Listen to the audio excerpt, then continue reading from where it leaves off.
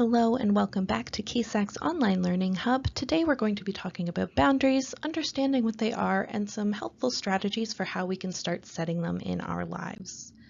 So when we're talking about boundaries, we're talking about any kind of physical or invisible barrier that lets us know what is okay and not okay for ourselves, lets others tell us what they're okay and not okay with, and generally provides communication on what we are comfortable versus uncomfortable with in relationships with other people.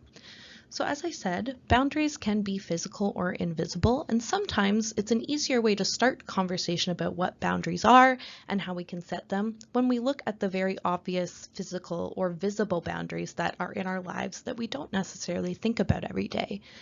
Something as simple as if anyone has played a sport, even just recreationally, looking at all of the rules and guidelines that go into that, looking at the physical boundaries, right? For example, if somebody plays soccer, on the field there are white lines painted. They let folks know where they're allowed to go, where they're not allowed to go, when the whistle has to be blown. There are steps followed after that.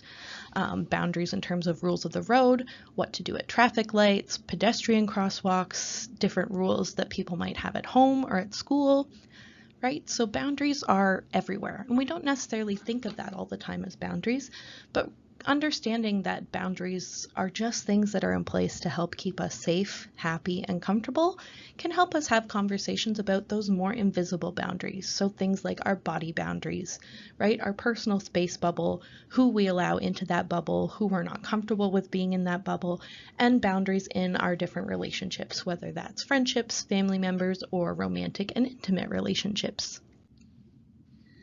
So there are some important things to know about boundaries. First of all, that they can be set with anyone. So like we said, we're looking at all of the different relationships in our lives.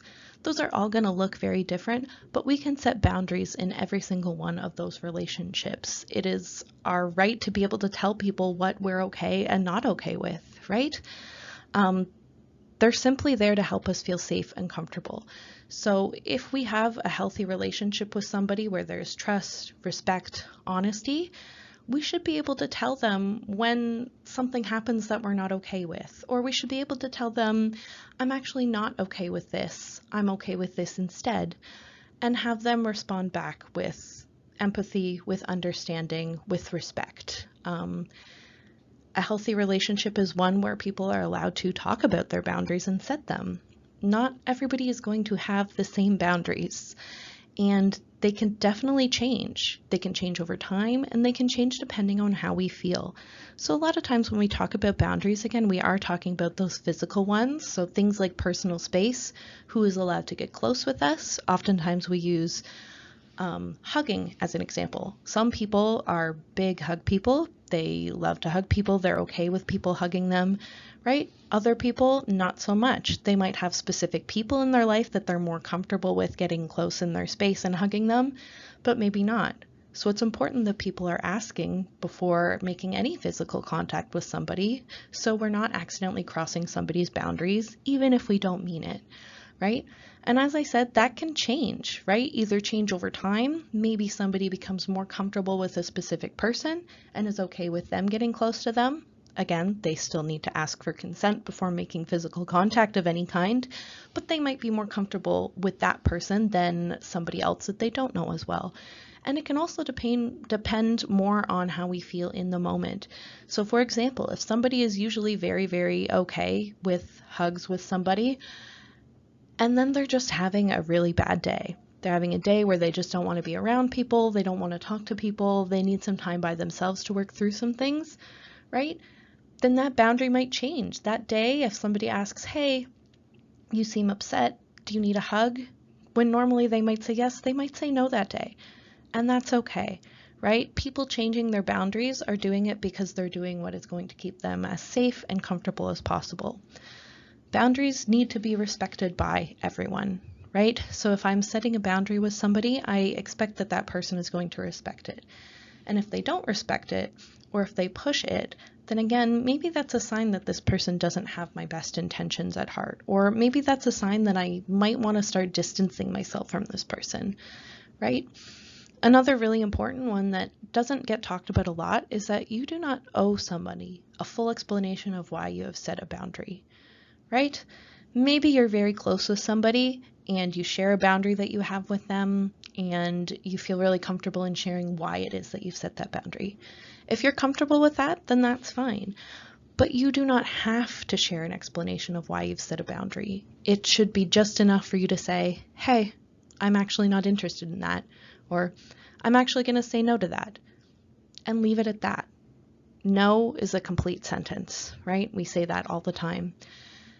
And again, another maybe good qualifier of if somebody is really truly respecting you in a relationship is how do they respond to that when you've set that boundary? Do they continue to push? Do they continue to demand an explanation of why you've set that boundary? Do they really need to know? It's not anybody's business why we've set a boundary except for ours, right? We know why we're setting it. We're setting it to help us feel safe and comfortable. And again, if somebody's pushing back against that, even if it's just something as simple as constantly asking, well, why? Or, well, why not? Right? Then again, that might mean that that person doesn't have our best interest at heart. I should be able to set a boundary with somebody in my life and have them respect it. Now, I know what people are going to probably say. That is easier said than done, which we 100% understand and agree with. It's not always easy to set those boundaries with people, especially, again, people who we are super, super close to. A lot of times, I think people confuse setting boundaries with being really strict and really harsh. Again, no matter how you set a boundary, you're allowed to set it however you want. If you just want to say nope and leave it at that, that's great, right? That is not you being mean. That is not you being sneaky. That is not you being harsh or bossy. That is you simply looking out for yourself and keeping yourself safe, right? But for a lot of people, they often feel like it's really difficult to set those boundaries because they feel like they're going to upset people, right? So we have a couple of different examples of maybe some ways that we can word different things that we might want to set a boundary for that, again, may or may not feel more comfortable to say. Again, you can set your boundary however you want, but if you are finding that you're kind of struggling with the words to say or you feel awkward bringing it up, we just want to normalize that bringing up a boundary with somebody doesn't have to be an awkward thing. It doesn't have to be a huge conversation. It doesn't have to end in an argument. And again, if we're setting boundaries and somebody that we're setting them with is pushing back a lot and is causing an argument and is saying that we're being bossy, then that might be a relationship that we don't really want to continue. Our first example, let's say somebody asks you out on a date, right? And it's not somebody that you're interested in. Again, if you just say, nope, no thank you, not interested, then that's great. You've set a boundary about what you're okay and not okay with, right? But again, a different way that we can word it too that kind of opens it up into a bit more of a conversation and again, might feel more comfortable for some people to say is something like, I appreciate your offer, but I'm not interested in you that way. I enjoy our friendship and hope we can maintain that, but I understand if that's not comfortable for you. So again, sometimes in setting boundaries, sometimes setting your own boundary and then opening up the conversation for the other person to also have a chance to share, also have a chance to say what they're okay and not okay with, might make it feel a little easier for yourself.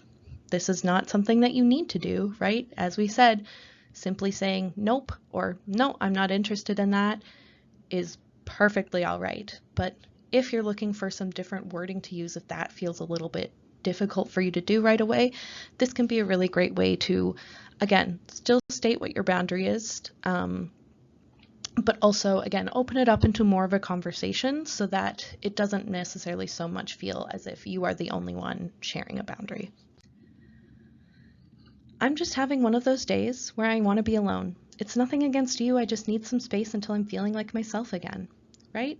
We can have great relationships with our friends or family members, but sometimes, no matter what, no matter how social, no matter how extroverted we are, sometimes we just need those days where we are by ourselves, where we are working through our stuff, where we are taking our time for ourselves. And that's okay.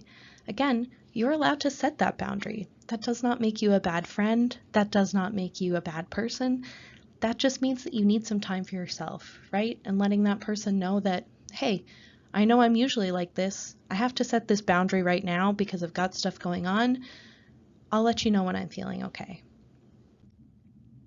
Hey, I notice that you haven't been using my correct pronouns. I understand mistakes happen, but could you be more intentional with remembering how I like to be addressed? Again, right? Having somebody use your correct pronouns is just something that people should be doing. Sometimes people might make mistakes, but it's okay to mention something like that, right? And again, that's not you being bossy, that's not you being demanding, that's not you being dramatic, that's you simply having people address you as who you are, right? So it's okay to bring that up. And again, here's just an example of some wording you can use if you're having trouble kind of coming up with the words for how you can set that boundary. Hey, I understand you're passionate about blank issue, but we share different views. We aren't going to agree, so it would be best for me if we don't discuss this topic together. Right? There are going to be some times when maybe no matter how hard we try, we just do not see eye to eye with somebody in our life on something. So it's also fair to set a boundary in terms of what you're okay and not okay with talking about. If talking about a certain topic is going to bring you a lot of emotional turmoil with this person, and you know that there's probably not going to be a resolution where both of you are happy in the end, a boundary can be simply stating that, I don't think we should talk about this because I don't feel good when we talk about it. I don't feel good after we talk about it. Let's still enjoy the parts of our relationship that we both feel good about. And our last example, I'm really not comfortable with what you're wanting to do. I've been clear about my boundaries. I need you to respect them. If not, then this relationship can't continue. Again, sometimes it can be hard to say these words, but you are perfectly within your right to say these words to somebody. If you've shared your boundary with somebody and they're not listening and they're pushing those boundaries, then we can be very clear that something needs to change then. If you're not going to respect me, if you're not going to listen to what I'm asking you, then this relationship can't continue like this, right? We all deserve healthy, happy relationships with people who accept our boundaries, who listen to our boundaries, who support our boundaries. So that was an introduction to boundaries. There's so much more we can say about it, which we'll talk about in other videos, but this is just kind of a brief overview about what boundaries are, what we mean when we're talking about boundaries, and also a few different ways to talk about how we can word our boundaries in a way that might feel more comfortable for us.